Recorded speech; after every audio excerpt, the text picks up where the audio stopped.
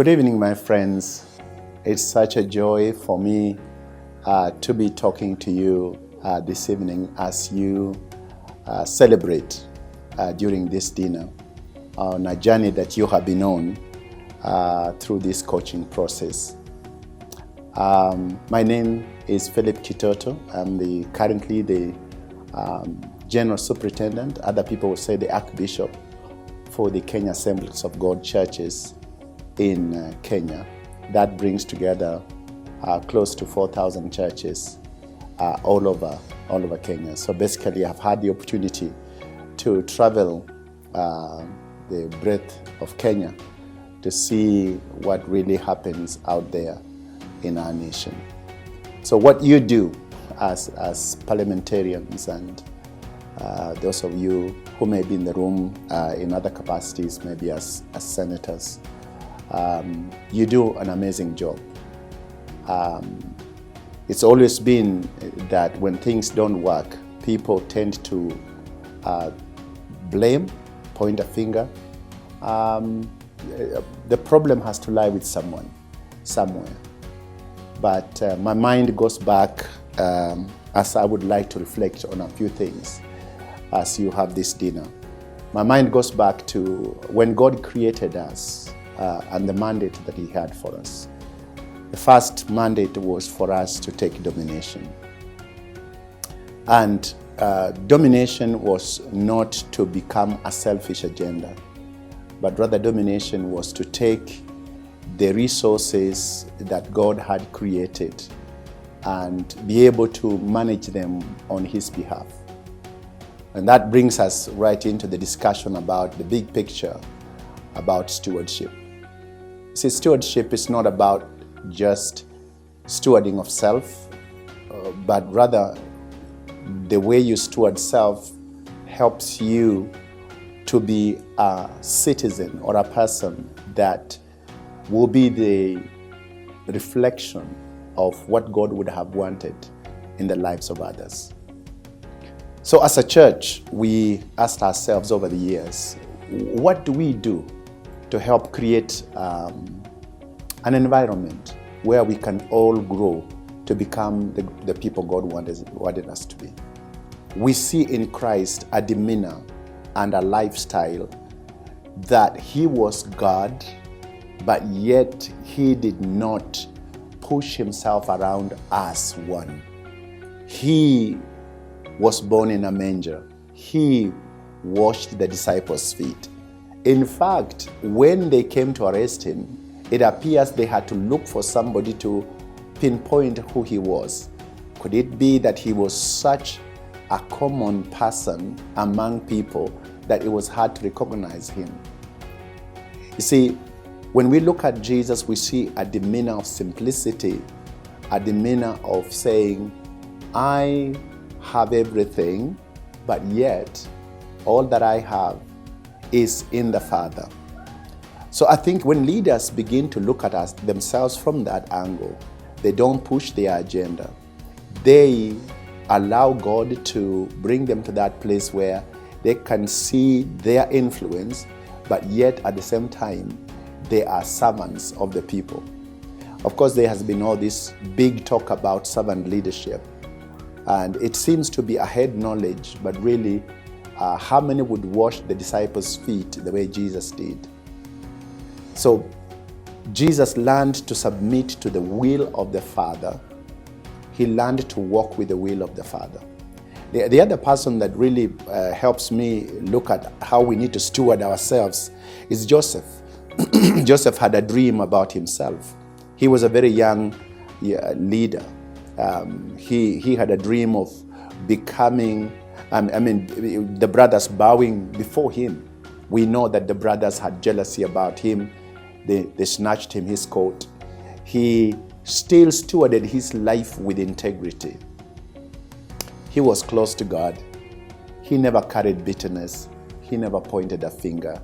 He never desired to revenge. He was thrown in the pit. He was thrown in prison. He was sold as a slave away from home. He was forgotten by his own people. But you look at a man that is, in the end, so humble.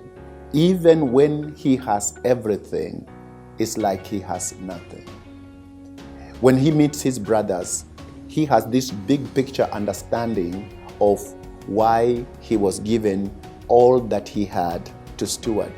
He said, he was actually number 2, the top man in Egypt. But look at what he says. He says that you did this for evil, but God meant it for good. See, he could now see the big picture of what God intended for the rest of Israel and the nations around. That he's going to prison and he's going through all the troubles he went through were because of. So I think leaders do better when they sacrifice their own agenda for the agenda of the overall good. But it's sad in Africa, isn't it? That the moment you're a leader, you think first about yourself. You think about, how do I make myself better? But I think if we were to look at the most influential and the people that have remained as icons in the world today, may not necessarily be the richest. Mother Teresa, her name still rings up to today. Martin Luther King. These are people that influenced and had the big picture approach to life.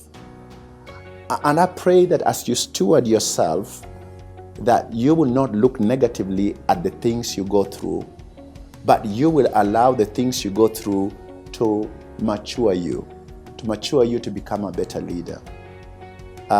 Today I sit in the office to oversee all the churches in Kenya, but I began as an engineer.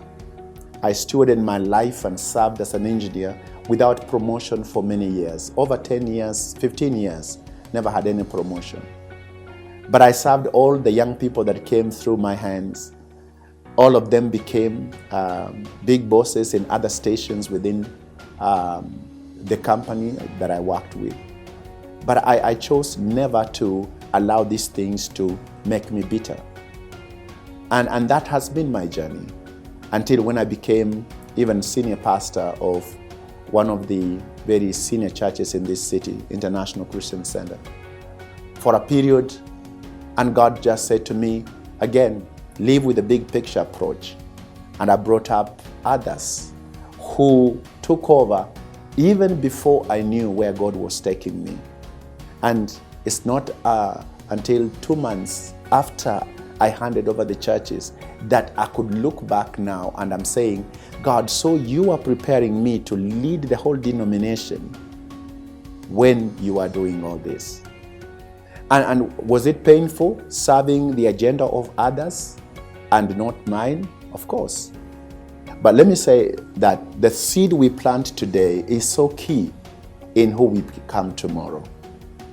If we plant greed as leaders, then our nation will reap greed. But if we choose to deny ourselves temporal pleasure for the sake of those that God has called us to lead, I tell you that we will have a nation that will be the envy of many. When we have to serve the big picture approach, we have to think about sacrifice.